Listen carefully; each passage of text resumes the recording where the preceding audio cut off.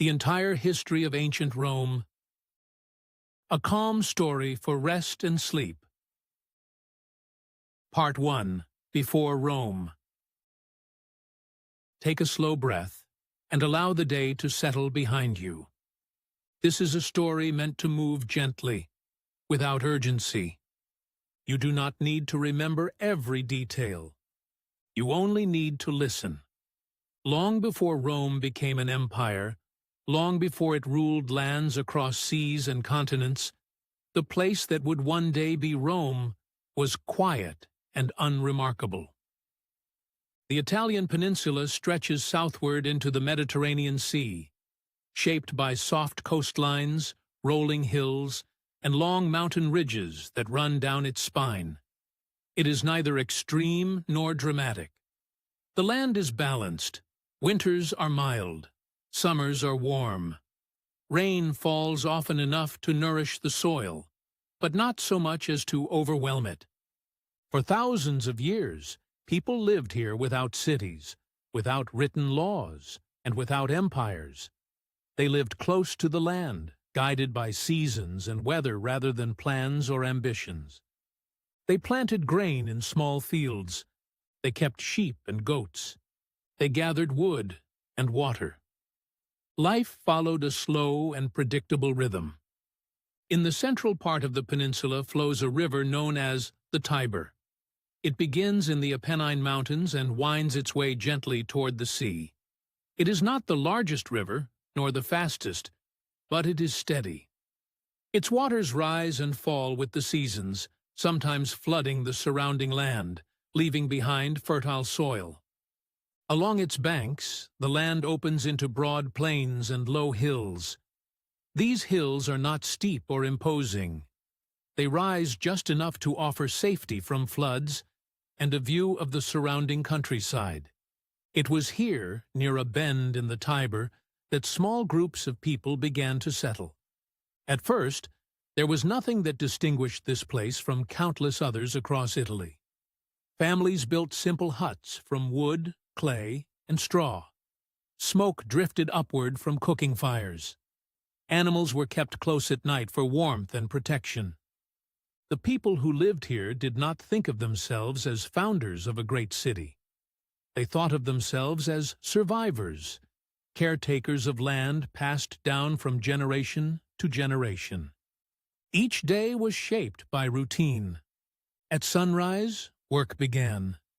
Fields were tended. Animals were led to pasture. Tools were repaired. At midday, there was rest. In the evening, families gathered to eat and talk quietly as darkness settled over the hills.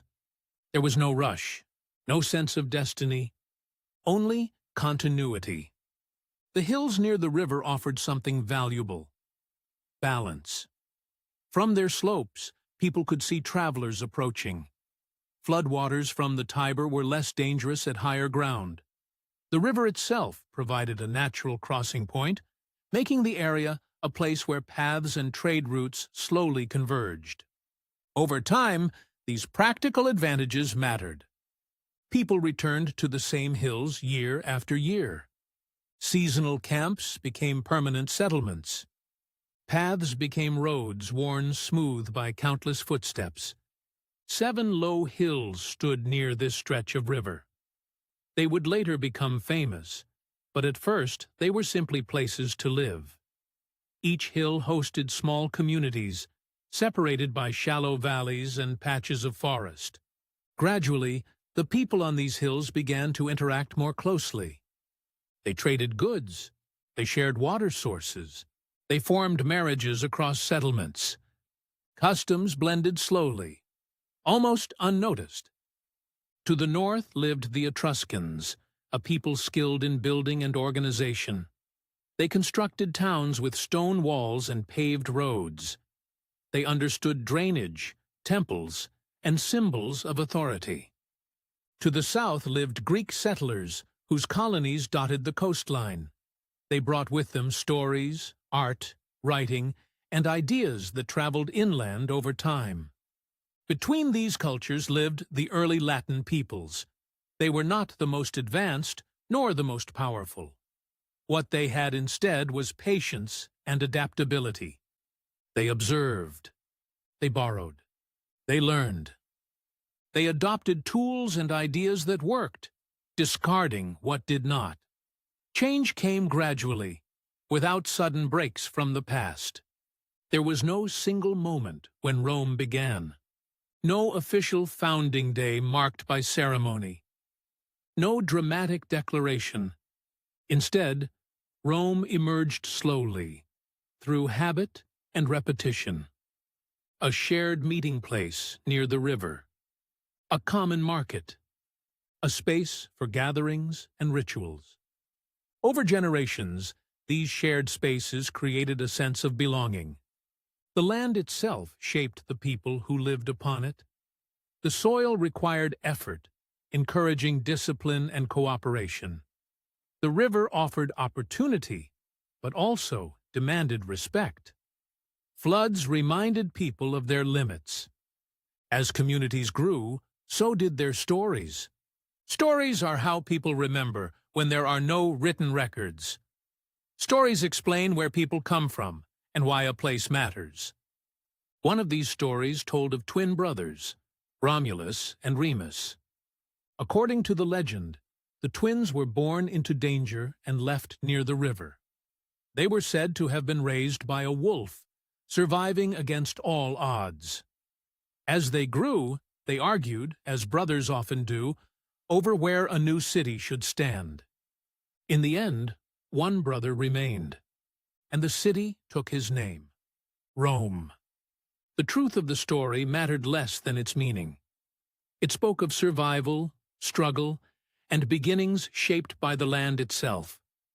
It gave the people of Rome a shared memory, a simple explanation for why this place existed. By the time such stories were told, Rome was already becoming real. Wooden walls marked boundaries. Paths widened into roads. Markets grew busier. People gathered not only for trade, but for decisions that affected the whole community. Life was still modest. Homes were small. Possessions were few. But the settlement had gained weight and presence. It was no longer just a collection of huts. It was a place people recognized. At night, fires burned softly across the hills. Voices faded as families rested. The river continued its steady movement toward the sea, as it always had. Rome was not yet powerful. It was not yet important. It was simply a place where people lived, worked, and remembered. And for now, that was enough. Part 2. The Early Kings of Rome. As the settlement along the Tiber grew, life continued to follow familiar patterns. People still rose with the sun and rested when night returned. Fields were worked, animals were tended, and families gathered in the evenings to share food and quiet conversation. But slowly, as more people settled on the hills, the community required structure. Decisions that once affected only a few families now affected many. Disagreements arose. Shared spaces needed care. Traditions needed protection. Out of this gradual need came the idea of leadership. In Rome's earliest memory, this leadership took the form of kings. These kings were not emperors, and they did not rule vast territories. They were figures meant to guide, organize, and represent the growing community. The Roman tradition later remembered 7 kings. Whether there were exactly 7 mattered less than the sense of order their memory provided. Each king was associated with a stage in Rome's early growth, as if the city itself were slowly learning how to exist. The earliest kings were remembered as organizers rather than conquerors. They helped define where people lived and how they gathered.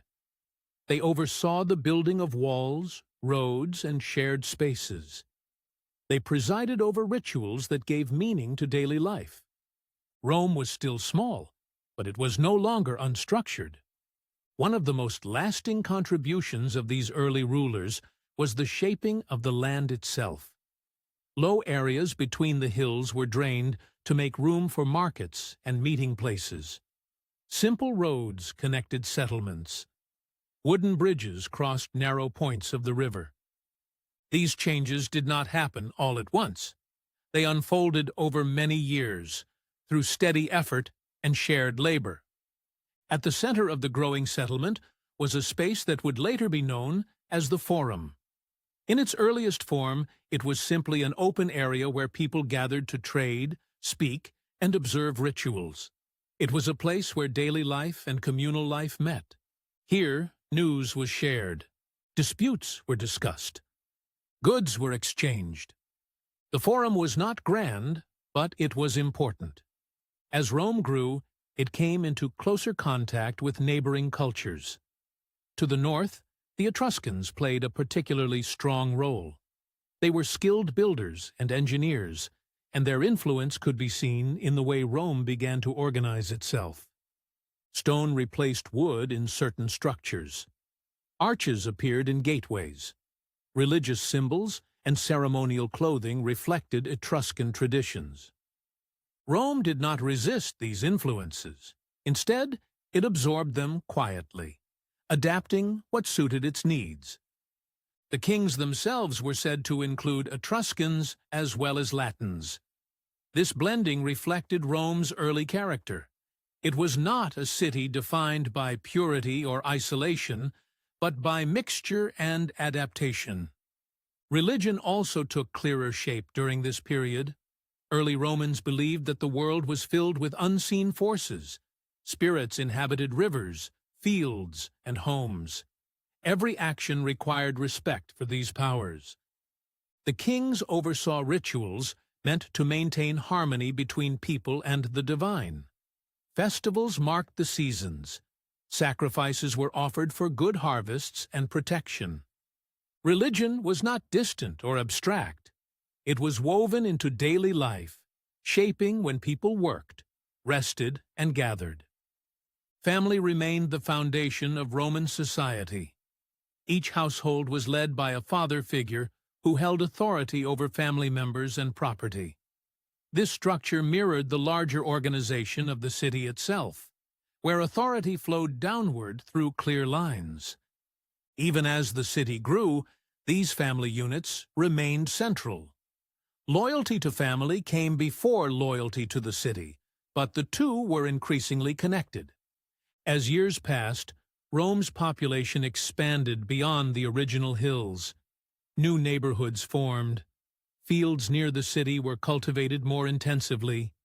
Trade increased along the river, bringing goods from distant places. Salt, an essential resource, was carried inland along paths that became permanent roads. Merchants passed through Rome, bringing stories as well as supplies. The city became a place people visited, not just a place people lived.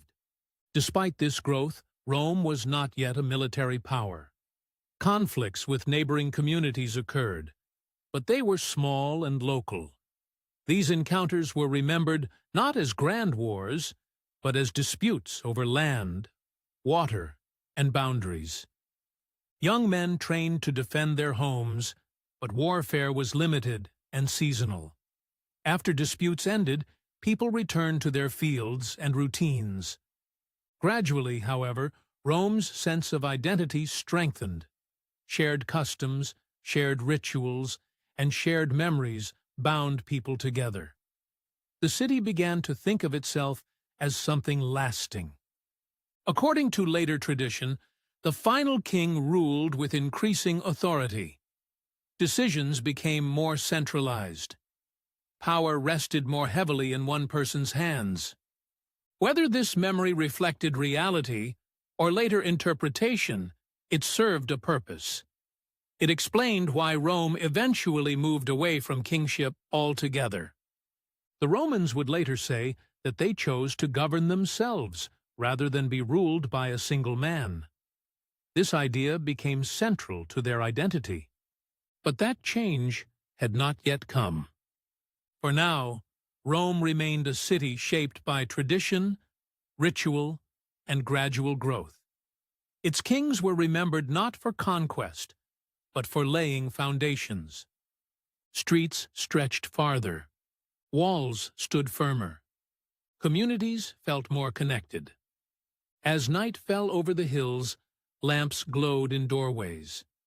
The forum grew quiet. The river flowed steadily onward. Rome had taken another step toward becoming something more than a village. In the next part of our story, Rome will enter a new phase.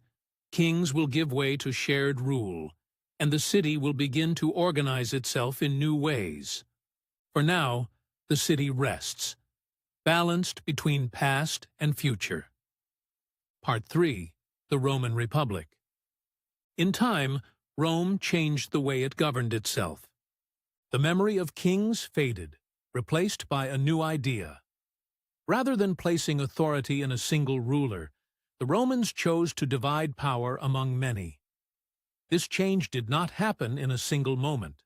It unfolded gradually, shaped by habit, tradition, and the desire for balance. The new system came to be known as the Republic. Under this arrangement, Rome was guided by officials chosen for limited periods. No one person ruled forever.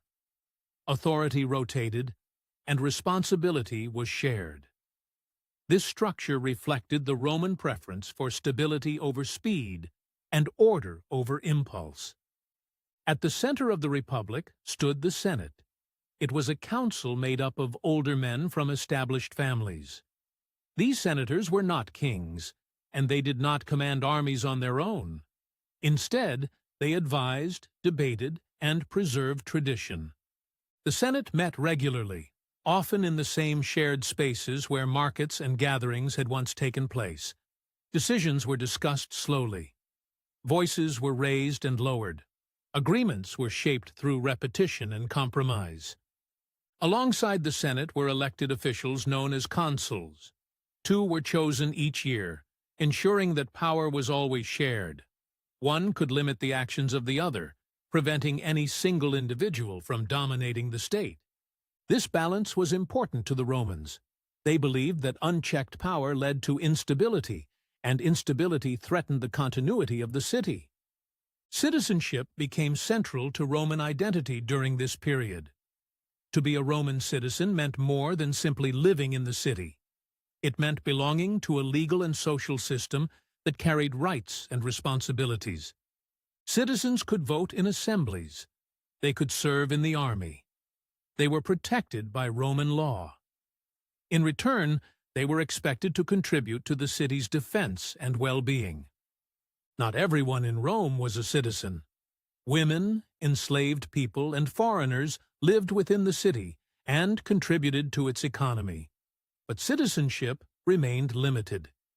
Even so, Rome gradually expanded the idea of belonging over time, extending rights to neighboring communities. The Republic was not designed for rapid expansion. It was designed for endurance. As Rome grew, it encountered neighboring peoples who lived much as it once had. Small towns, farming communities, and local leaders shaped the landscape of central Italy. Conflicts arose, but they were often brief and practical rather than dramatic. Rome did not seek constant war. It sought security. When conflicts ended, Rome often chose to incorporate defeated communities rather than destroy them. Agreements were made, alliances formed, roads connected new territories to the city. This approach allowed Rome to grow without overwhelming itself. Military service during the Republic was seasonal. Citizens served when needed and returned home afterward. Soldiers were farmers and tradesmen first, warriors second. Their lives remained rooted in routine. As Rome expanded, so did its need for organization. Laws were written down and displayed publicly. This allowed citizens to know their rights and obligations. It also reduced uncertainty, reinforcing trust in the system. Life in the Republic moved steadily. Markets opened each morning. Work filled the daylight hours. Evenings brought rest. Public life existed alongside private life, each shaping the other.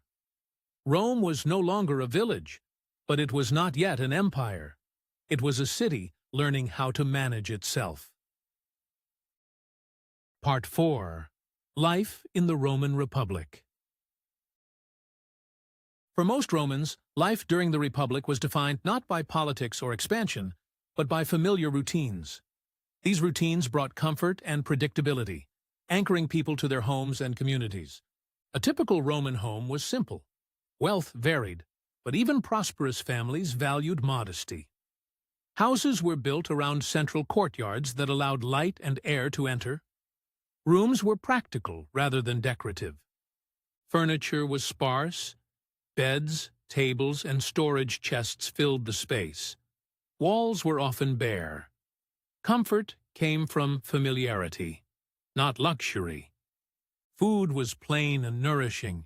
Grain formed the basis of most meals, prepared as bread or porridge. Vegetables, olives, and fruit were common. Meat was eaten occasionally, often during festivals or special gatherings. Meals were shared slowly. Conversation was gentle. The pace of life encouraged patience. Clothing reflected practicality. Tunics were worn daily, secured with simple fastenings. Colors were muted, shaped by available dyes. Shoes were sturdy, designed for walking along dirt roads and stone paths. Children grew up surrounded by family. They learned by watching and listening. Skills were passed down from parents to children. Stories were shared in the evenings, reinforcing memory and tradition. Education, when available, focused on reading, writing, and basic arithmetic. These skills were valued for their usefulness rather than prestige. Knowledge was meant to serve daily life. Work defined identity. Farmers rose early to tend fields. Craftsmen worked in small workshops, shaping tools, pottery, and household goods. Merchants traveled familiar routes, carrying goods between towns. The forum remained the heart of communal life. It was here that news spread, disputes were resolved, and rituals took place. People gathered not out of obligation, but because the forum was where life happened. Religion remained woven into every aspect of existence. Gods were honored in homes, fields, and public spaces. Offerings were made quietly, without spectacle. Faith was practical, focused on maintaining balance rather than seeking revelation. Festivals punctuated the year, marking seasons and agricultural cycles. These gatherings offered rest from work and reinforced shared identity. Music, food, and quiet celebration filled the city. As night fell, Rome softened. Lamps glowed behind doorways, streets emptied. Sounds faded into stillness. The Republic continued not because of ambition, but because of routine. Day after day, year after year, Rome endured. Part 5. From Republic to Empire. As the years passed, Rome continued to grow in ways its founders could never have imagined. The city that had once governed only a stretch of land along the Tiber now found itself responsible for distant provinces, unfamiliar peoples, and long borders that required constant attention. The Republic had been designed for a small city surrounded by neighbors. It was not designed for a world. This did not become obvious all at once. Life in Rome still felt familiar to most people. Markets opened each morning. Families gathered in the evenings. Festivals returned year after year, unchanged in form and meaning. Yet beneath this steady rhythm, pressure slowly accumulated. As Rome expanded, its armies spent longer periods away from home. Soldiers no longer served for a single season and returned to their farms. Instead, many remained in distant lands for years at a time. They marched across mountains, guarded borders, and settled disputes far from the city. These soldiers grew accustomed to their commanders. Loyalty formed through shared hardship and routine. Over time, allegiance to individual leaders became as strong as allegiance to the state itself. Wealth also began to change the balance of Roman life. Victories abroad brought resources into the city. Grain, metals, and tribute flowed steadily into Rome. Some families grew very wealthy, while others struggled to maintain their small farms. Large estates expanded across the countryside. Small farmers found it harder to compete. Many moved to the city, where they sought work and stability. Rome became more crowded. Streets grew busier. Voices overlapped. Daily life required patience. The political system of the Republic remained in place, but it began to feel strained.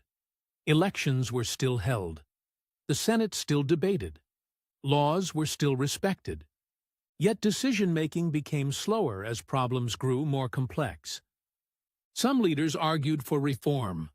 Others insisted on preserving tradition. Disagreements lasted longer, and compromises became harder to reach. In this environment, individuals who could act decisively gained attention. Julius Caesar emerged gradually during this period. He did not appear suddenly, nor did he claim power outright. He moved within the existing system, advancing step by step through roles that already existed. He spoke well. He understood people. He led armies with confidence.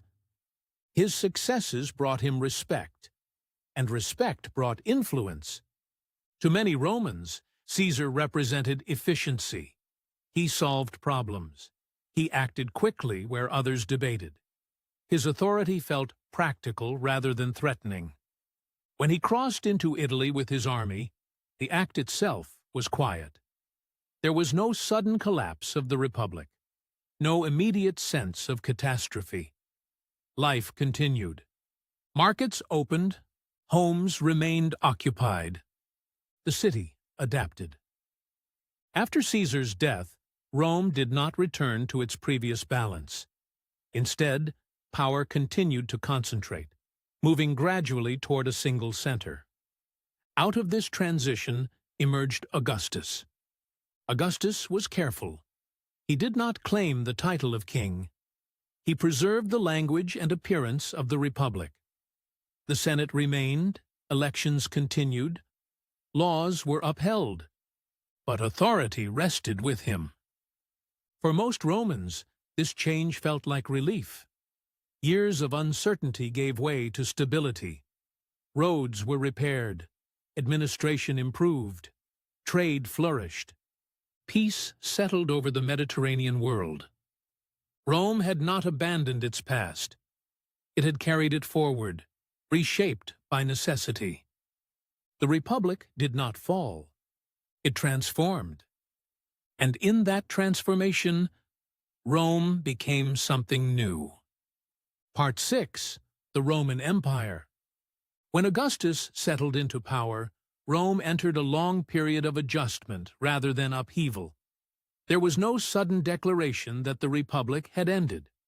Old titles remained in use. Traditional offices continued to exist.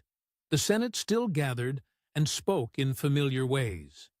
To most people, daily life felt unchanged. Augustus presented himself not as a ruler above the state, but as a caretaker of it. He emphasized stability, continuity, and order. His authority was framed as responsibility rather than domination. This careful approach mattered. Romans had long distrusted kingship. They valued the idea that no single person should stand above the law. By preserving the appearance of shared governance, Augustus allowed people to accept a new reality, without feeling that their traditions had been erased. Over time, this balance became normal. The empire that took shape under Augustus was not defined by constant conquest. Instead, it focused on administration.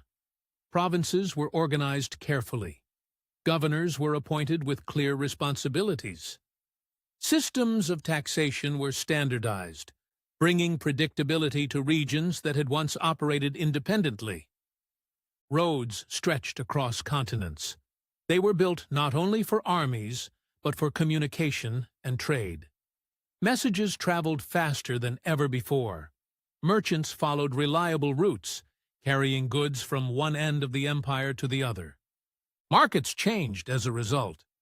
In Rome itself, products from distant lands became familiar. Spices from the east, grain from North Africa, metals from the western provinces. The city grew accustomed to abundance, though not everyone benefited equally. Public works defined the imperial landscape. Aqueducts carried water over long distances, delivering it to fountains, baths, and private homes. These structures were practical, but they also shaped how people experienced the city. Clean water flowed steadily. Baths became gathering places. Fountains marked street corners. The empire was felt most strongly in these everyday comforts. Outside Rome, cities across the provinces adopted similar designs. Forums, temples, and theaters appeared in towns that had once been small and local. Roman law guided disputes. Roman currency facilitated trade. People who had never seen Rome still lived within its influence. Military presence remained important, but it was increasingly distant from daily life for most citizens. Legions were stationed along borders, guarding against incursions rather than expanding territory. Soldiers built camps that often became permanent settlements. These border regions developed their own rhythms. Markets grew near forts. Families formed. Children grew up hearing stories of distant Rome while living far from its center. Religion during the empire evolved quietly. Traditional gods continued to be honored, their rituals familiar and comforting. At the same time, new beliefs entered the Roman world. Some came from the East, offering personal devotion and community. Others emphasized moral conduct and shared identity. These religions spread slowly, through conversation and example rather than force.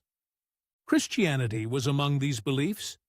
At first, it was small and unremarkable. It spread through cities and along trade routes, carried by merchants, travelers, and families. It did not disrupt daily life immediately. It existed alongside other traditions. Rome absorbed these changes gradually. As emperors followed Augustus, the system he established endured. Some rulers were effective administrators. Others were less capable. Yet the structure of the empire remained stable. This stability mattered more than individual personalities. The empire functioned because it relied on routine. Laws were applied consistently. Taxes were collected regularly. Officials performed expected duties. Life within the empire settled into a steady pattern. Cities rose and aged. Buildings were repaired and reused. Generations passed. The empire was vast, but it did not feel chaotic. It felt organized. As night fell over Rome, lamps lit streets and courtyards. Conversations faded. Water continued to flow through aqueducts. The city rested within a system that had learned how to sustain itself. Rome was no longer just a city. It was an idea made real through habit and repetition. And for a long time, that was enough. Part 7. Daily Life in the Roman Empire. For most people living under the Roman Empire, life was not defined by emperors, armies, or distant borders. It was defined by routine. Day after day unfolded in familiar ways, shaped by habits that rarely changed. In cities across the empire, mornings began quietly. As the sky lightened, doors opened, shopkeepers prepared their goods, bakers lit their ovens, the smell of fresh bread drifted through narrow streets. People moved without hurry. They had places to go, but time was not measured as sharply as it would be in later centuries. The rhythm of the day followed the sun rather than the clock. Homes varied widely depending on wealth, but daily patterns remained similar. In modest apartments, families shared small rooms and simple meals. In larger houses, courtyards provided light and air, and water flowed gently from fountains into shallow basins. Meals were steady and unremarkable. Grain formed the foundation of most diets, prepared as bread or porridge. Vegetables, olives, and fruit added variety. Meat appeared occasionally, often during festivals or communal gatherings. Eating was not rushed. Food was nourishment, not spectacle. Work filled the morning hours. Craftsmen shaped tools, pottery, and household goods. Merchants arranged wares in stalls along busy streets. Porters carried goods from wagons to markets. In rural areas, farmers tended fields much as their ancestors had. Seasons mattered more than politics. The planting of crops and the care of animals followed patterns older than the empire itself. As the day warmed, activity slowed. Midday brought rest. Streets grew quieter. People sought shade, retreating indoors or beneath covered walkways. Public baths became central to daily life in the afternoon. These were not merely places to wash, but spaces for relaxation and social connection. Warm rooms eased tired muscles. Voices echoed softly against stone walls. Conversation flowed easily. News traveled from mouth to mouth. There was no urgency in these exchanges, only the comfort of familiarity. Baths were places where differences softened. Wealth and status mattered less here. Everyone followed the same routine, moving from warm water to cool, from conversation to quiet reflection. As evening approached, cities softened once more. Shops closed. Markets emptied. Families gathered at home or in small groups. Oil lamps flickered gently, casting warm light against walls. Shadows moved slowly across rooms. Outside, footsteps faded as streets emptied. Across the empire, evenings felt similar.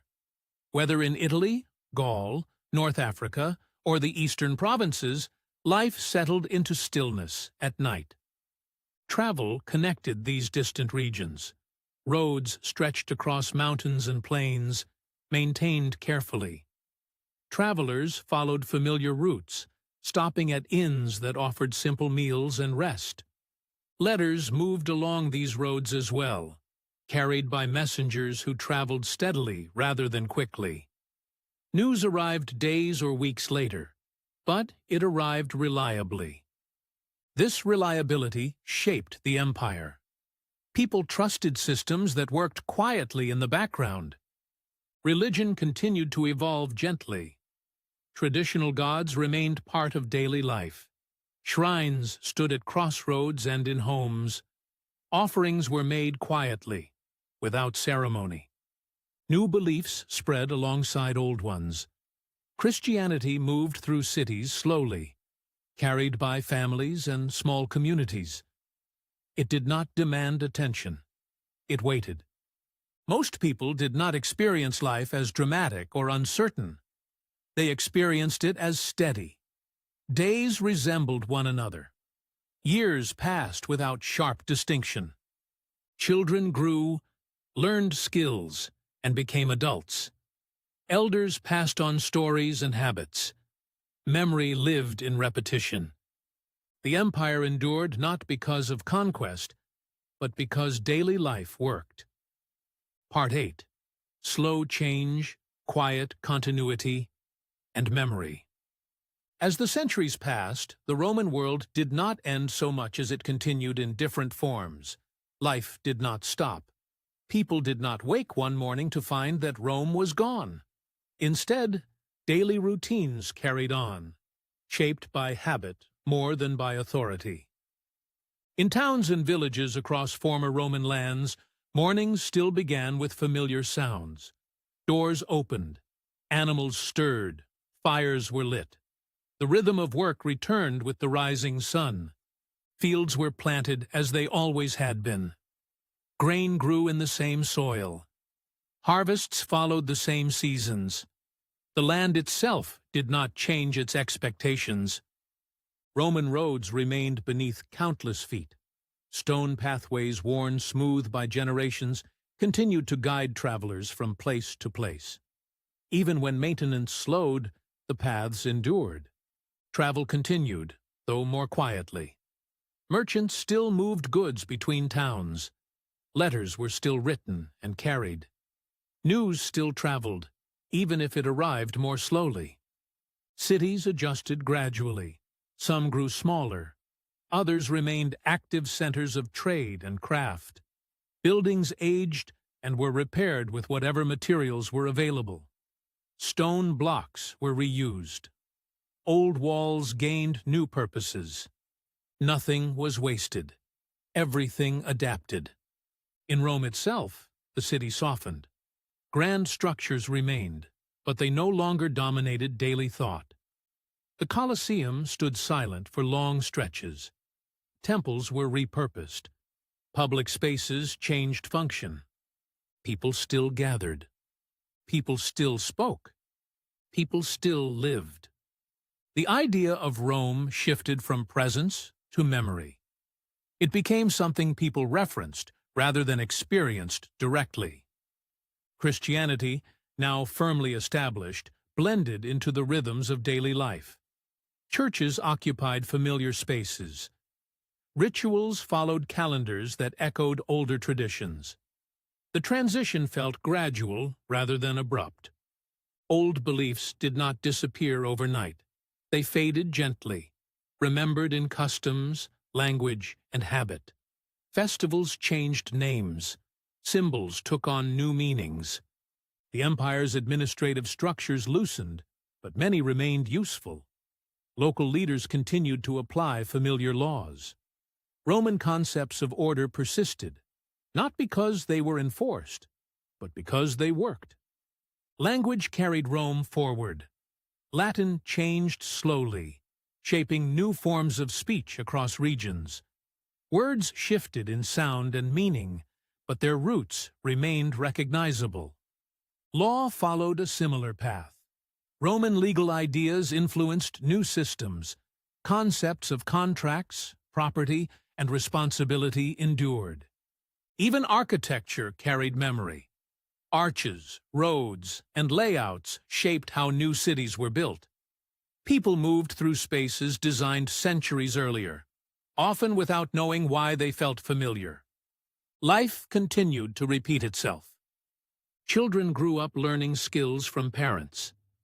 Adults worked, rested, and gathered. Elders shared stories shaped by memory rather than record. Time softened sharp edges. In rural areas, life changed the least. Fields still needed tending. Animals still required care. Weather still determined success or hardship. The empire had always relied on the countryside, and the countryside continued regardless of political shifts. Seasons passed. Winters came and went. Summers warmed the land. The Roman calendar influenced how people marked time, even as names and meanings shifted. Markets opened regularly. Trade continued at a slower pace.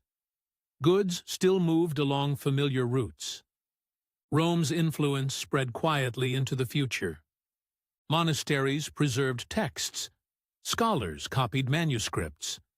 Knowledge passed from hand to hand, carefully and patiently. What had once been administrative became cultural. What had once been power became memory. Rome was no longer a center of command, but it remained a reference point. People spoke of it not as something lost, but as something inherited. The city